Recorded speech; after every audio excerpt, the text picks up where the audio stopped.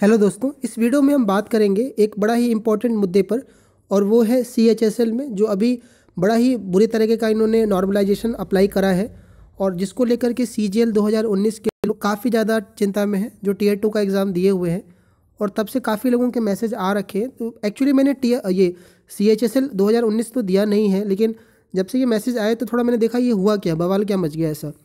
तो हर बार की तरह SSC जिस कारनामे के लिए जानी जाती है कुछ ना कुछ हर बार काम कर ही देती है और उस बार भी उन्होंने ऐसा काम किया कि वाकई ये सोचने वाला पॉइंट है। तो वो क्या पॉइंट है मैं आपको बता रहा हूँ और क्या डरना है क्या नहीं डरना है वो सब हम कवर करेंगे। थोड़ा DV का भी देख लेते हैं, DV वाला मुद्दा। देखिए, DV का जो एडमिट कार्ड है उसको लेकर के भी लोगों के दिमाग में बड़ा ही वो है कि क्या कहीं डॉक्यूमेंट वेरिफिकेशन कुछ और आगे शिफ्ट तो नहीं होगा। तो देखो, ये शिफ्ट तो नहीं होना है, उसी डेट से ही होना है। और जो नॉर्थ रीजन है यानी SSC का जो दिल्ली वाला ऑफिस है NR रीजन, ये हर बार ही डिले करता है एडमिट कार्ड जारी करने में, लेकिन इस बार कुछ ज़्यादा ही कर दिया है इसने डिले, क्योंकि 27 से आज 22 तारीख हो ही गया और अभी तक आपका एडमिट कार्ड नहीं आया है। तो देखिए, ऐसा नहीं है कि ये पहले कारनामा कर रहे हैं, पहले भी करा है इन्होंने, तो 4 दिन 3 दिन पहले भी इन्होंने करा है ऐसा करके पहले भी। तो आप मान के चलना, बहुत हद से हद सोमवार तक मान के चलना, लेकिन मुझे जहाँ तक है कि कल या संडे तक तो कर ही देंगे। वैसे उम्मीद तो आज की ही थी, लेकिन कोई नहीं, परेशान मत होइए इसके लिए। बस दिक्कत उन्हीं को है जिनको रिजर्वेशन वगैरह कराना है, यानी बहुत दूर दूर है लोग, तो रियली उनकी बहुत समस्या हम समझ सकते हैं। लेकिन मैंने आपको कल ही बोला था, फिर आज बोल रहा हूँ कि परेशान अब क्या ही कर सकते हैं। बस समझिए ये आपकी आखिरी परीक्षा ही हो रही है, एक तरह से समझ लीजिए आप, है ना। चलिए देखो CHSL का हम बात कर लेते हैं कि CHSL में क्या बवाल मचा है और क्या है ये, और क्या रियली ये सीरियस मैटर है, इशू है कि नहीं है।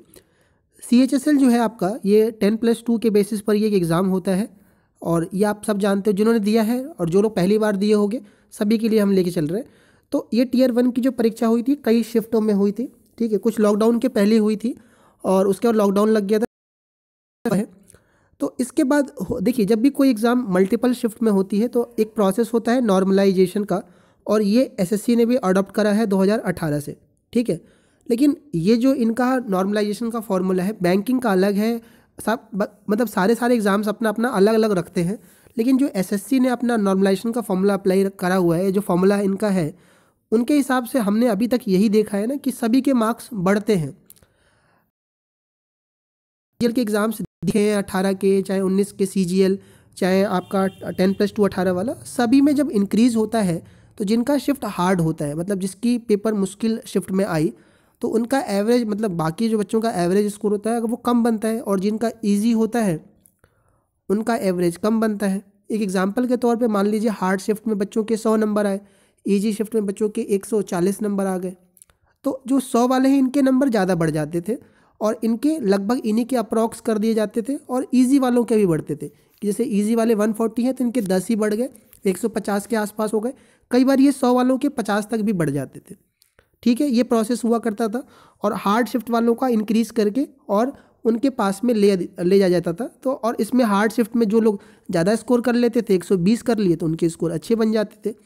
अभी तक ऐसा होता रहा था और ये ठीक भी था कि जिनका हार्ड में पड़ा तो उनको बेनिफिट इसका मिलता था। लेकिन हुआ ये है CHSL, ध्यान समझना आप, कि 2 शिफ्ट के साथ 13 अक्टूबर की शिफ्ट 1 और शिफ्ट 2, इनमें हुआ ये है कि इनका पेपर, ये शिफ्ट सबसे टफ मानी गई है CHSL 2019 में, और इनका जो एवरेज रहा है, एवरेज रॉ स्कोर रहा है, वो लगभग 118 नंबर के आसपास रहा है, और जो इंक्रीमेंट देखा गया है मतलब एवरेज, वो 143 का देखा गया है।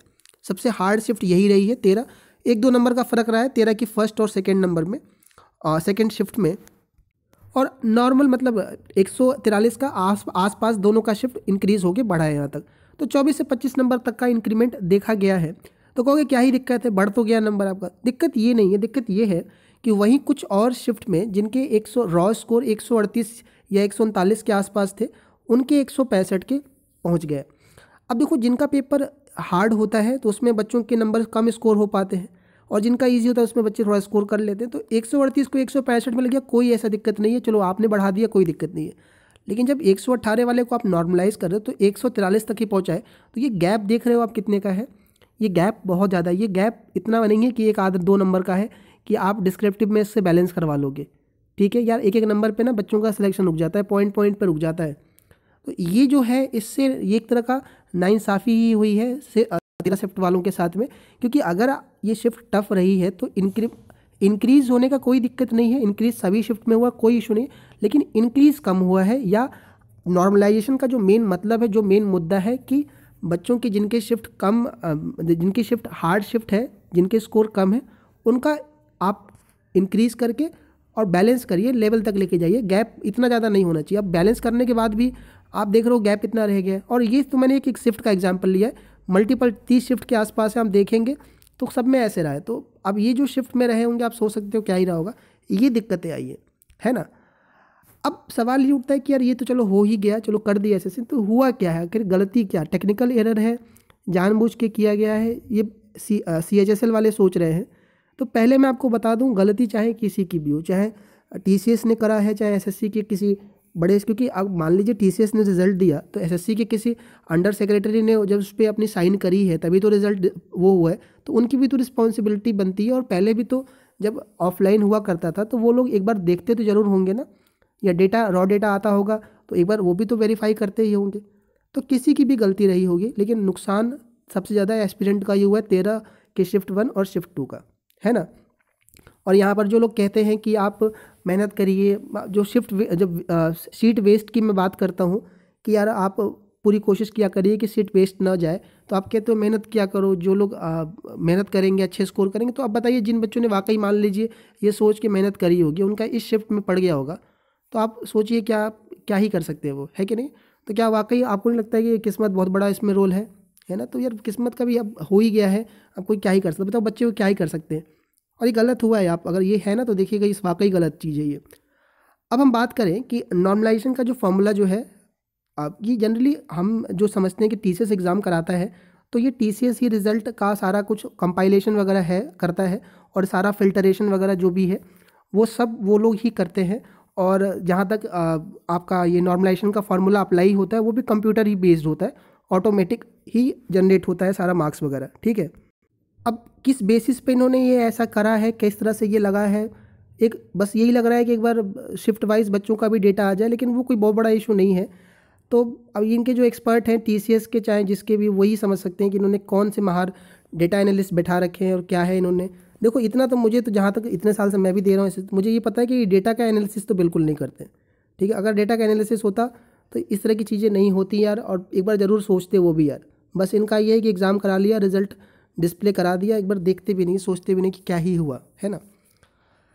अच्छा, बात करते हैं नॉर्मलाइजेशन का फॉर्मूला जिस चीज़ के लिए बना हुआ है, जो मेन मोटिव है वो बिल्कुल इस जगह पर फेल हुआ दिखाई दे रहा है, कि साफ साफ कि जो काम है इनका कि मैक्सिमम जो हार्ड शिफ्ट है उसको बढ़ा करके लेके जाना, बैलेंस कराना, वो बिल्कुल ही यहाँ पर वो हो रहा है, वायलेट होता हुआ दिखाई दे रहा है, ठीक है। अब सबसे बड़ा कहा हो गया, आप इशू क्या है, क्यों इतना बड़ा ये हल्ला हो हल्ला हो गया CGL 19 पे। क्योंकि CGL 19 का जो बवाल हुआ है वो ये हुआ है, देखो पहले तो CGL 19 में ज़्यादातर लोग चिंता में इसलिए भी हैं क्योंकि बहुत सारी भीड़ है जो 15 और 16 की शिफ्ट में है, ठीक है। और जिस तरह का ये हुआ है, इसमें हुआ यही है कि बढ़े तो सभी के हैं, लेकिन जिनके टफ थे उनके कम बढ़े हैं, और गैप मेंटेन नहीं हो पाया है। और CGL, ये CGL है, CGL 19 में 15 और 16 की शिफ्ट और 18 की शिफ्ट में मैथ्स का जो डिफरेंस है, जो पेपर दिए वो वही जानते हैं, है ना। तो कितना ज़्यादा डिफरेंस है। तो मान लीजिए अगर 18 का शिफ्ट नहीं भी बढ़ता है इन केस, मान लीजिए मैथ्स में, तो उसमें भी बच्चों की 180 190 तो है ही रॉ, मतलब एवरेज स्कोर।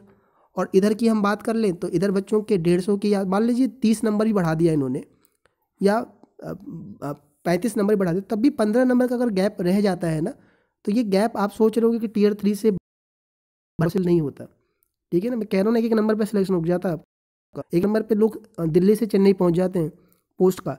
तो ये चीज़ें हैं आपका, ये बच्चों को बहुत ज़्यादा टेंशन में, लोग अभी से ही मैसेज वगैरह मेरे को काफ़ी ज़्यादा बैनर वगैरह भेजने लगे। तो मैं बता रहा हूँ, परेशान मत होइएगा, और ये चिंता का विषय है बच्चे, ऐसा नहीं है कि ये वाकई, क्योंकि CHSL में तो ये मुद्दा नहीं उठ पाएगा, मैं बताऊँगा आपको आगे, अभी देखिएगा। तो ये ध्यान रखिएगा, ठीक है। तो ये चिंता का विषय, और इसी लोग परेशान हैं कि यार अगर 18 में भी मान लीजिए इंक्रीज़ ही कर दिया बच्चों के 10-10 5-5 नंबर, और 15 और 16 में ज़्यादा इंक्रीज़ नहीं किया इन्होंने, या जिस तरह से लगाया है फॉर्मूला, तो फिर बहुत दिक्कतें आ जाएंगी, और बहुत सारी भीड़ है 15 और 16 में। तो देखो फिर दिक्कत, फिर करे क्या, बात ये भी तो है ना आपकी, करना क्या है आपको। देखिए मैं आपको एक चीज़ बताता हूँ, ध्यान से सुनिएगा, कि जो CHSL वाले हैं, ठीक है, उसमें देखो 2 ही शिफ्ट है जिसके साथ ऐसा दिक्कत हुआ है।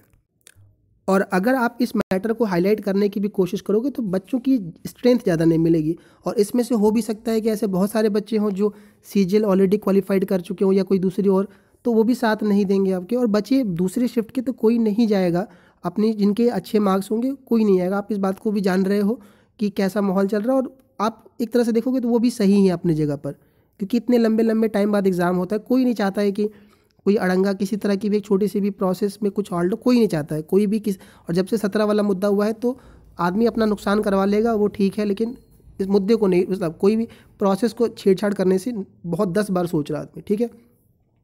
तो सीजीएल है ये, ध्यान रखिएगा। तो सीजीएल वाले देखो, पहले बता दूं आपको। अच्छा, सीएचएसएल वाले देखो यार, अब मैं बताऊं तो कुछ उम्मीद मुझे नहीं लग रही है कि एसएससी अपनी तरफ से कुछ करेगी, और बच्चों का भी मुझे नहीं लग रहा है कि कुछ ट्विटर कैंपेन वगैरह इतना बड़ा सपोर्ट मिल पाएगा कि इसको हाईलाइट किया जाए। अगर होता है तो ठीक है, सपोर्ट करेंगे सब लोग। और सीजीएल वाले देखो, पहले से कोई नेगेटिव चीज़ अपने मन में ना लेके चलो। जैसा कि हमने देखा था कि सीजीएल 18 के टाइम पर भी हुआ था। कब हुआ था? जब यूएफएम का मुद्दा सीएचएसएल 18 में हुआ था। सीएचएसएल 18 में काफ़ी लोगों को फेल किया गया और उसका मुद्दा चल रहा था, तो डर आया कि सीजीएल में भी लग जाएगा, तो लोगों ने पहले से ही केस को वगैरह पहले से सोच के बैठ गए। ठीक था, आप प्रोएक्टिव लेके चलते हो, सही बात है, लेकिन नेगेटिव भी लेके चलना सही नहीं है कई बार, कि पहले से ही आप ये चीज़ें प्लान करके रख लो। तो मेरा तो यही है सजेशन आपको कि आप एक बार टियर 2 का रिजल्ट आने तक का वो दो, ठीक है, और मार्क्स का वेट करिए आप, ठीक है, फिर उसके हिसाब से प्लानिंग करिए, क्योंकि यहाँ पर ये इसलिए फ़र्क पड़ेगा, आपको वेट करना पड़ेगा, और यहाँ पर इम्पैक्ट इसलिए भी दिखेगा क्योंकि नंबर ऑफ़ कैंडिडेट ज़्यादा होंगे। अगर आपका ऐसा कुछ वेग इन्होंने किया होगा नॉर्मलाइजेशन, इस तरह का उटपटांग नॉर्मलाइजेशन हुआ होगा, तो बच्चे 14, 15 और 16 वाली शिफ्ट में ज़्यादा हैं, और अगर किसी एक शिफ्ट में भी हुआ होगा तो पता चल जाएगा, बल्क में बच्चे होंगे। तो ये ट्विटर कैंपेन, और आपको पता है कि फिर ये चीज़ें रुकेंगी नहीं, रोकना सही भी नहीं रहेगा, फिर लोग इस पर ज़रूर उठ के आएंगे और बोलेंगे ज़रूर इस पर।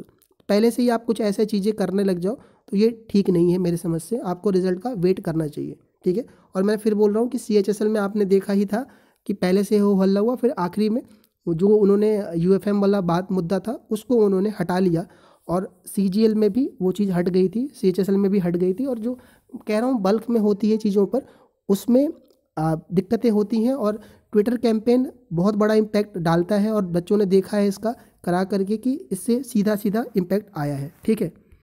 तो किसी भी तरह का नेगेटिव आप निकाल दीजिए विचार दिमाग से। और सीएचएसएल वाले यार, अब मैं यही कह सकता हूँ, 13 और शिफ्ट वाले, शिफ्ट 1 और 2 वाले, रियली बच्चे ये सिर्फ किस्मत का ही है, और कुछ नहीं कह सकते। अब बताइए क्या ही कर सकते हैं इसमें, ठीक है। अच्छा, कुछ लोग ये भी है, लास्ट बता देता हूँ मैं आपको, कि जो लोग कह रहे हैं कि मुझे टियर 2 की तैयारी करनी चाहिए सीएचएसएल में, कि मेरे तो कट ऑफ के पास में ही है, तो मैं आपको फिर बोल रहा हूँ, दोबारा बोल रहा हूँ, एक बार ध्यान सुनिएगा कि सीजीएल 18 और सीजीएल 19 के बहुत सारे बच्चे सीएचएसएल 19 में है। मेरे को पर्सनली कमेंट में भी मैसेज आया हुआ है, जब मैंने एक वीडियो बनाया था कि आप सीट वेस्ट के रिगार्डिंग, तो उन्होंने कई लोगों ने कहा था कि सीजीएल 18 होते ही मैं इसको स्किप करूँगा। तो आप प्लीज़, कट ऑफ से 10 नंबर भी पीछे हैं तो आप तैयारी करिए। अगर आप, सब बता रहा हूँ, मान लीजिए किसी के आपसे 10 नंबर ही ऊपर है, उसके 50 ही रह गए टियर 2 में, आपके 70 आ गए, ठीक है, जो कि पॉसिबल होता है और आते भी हैं लोगों के, तो पूरा गेम बदल जाता है, पूरी सीन बदल जाती है, ध्यान रखिएगा आप, ठीक है। तो पूरी कोशिश करिए इस पर। बाकी तीसरी बात बताया था, टाइपिंग भी सबसे नहीं होता, सभी ने कर नहीं रखा है, तो आप प्लीज़ ये सब चीज़ें हटा करके लग जाइए टियर 2 की तैयारी पर। सीजीएल 19 कोई भी नेगेटिव चीज़ें दिमाग में रखने की ज़रूरत नहीं है। सीजीएल 18 का डॉक्यूमेंट वेरिफिकेशन का एडमिट कार्ड 1-2 दिन में आ जाएगा, परेशान होने की ज़रूरत नहीं है। चलिए मिलते हैं कल एक नए टॉपिक में, नए टॉपिक के साथ, नए वीडियो।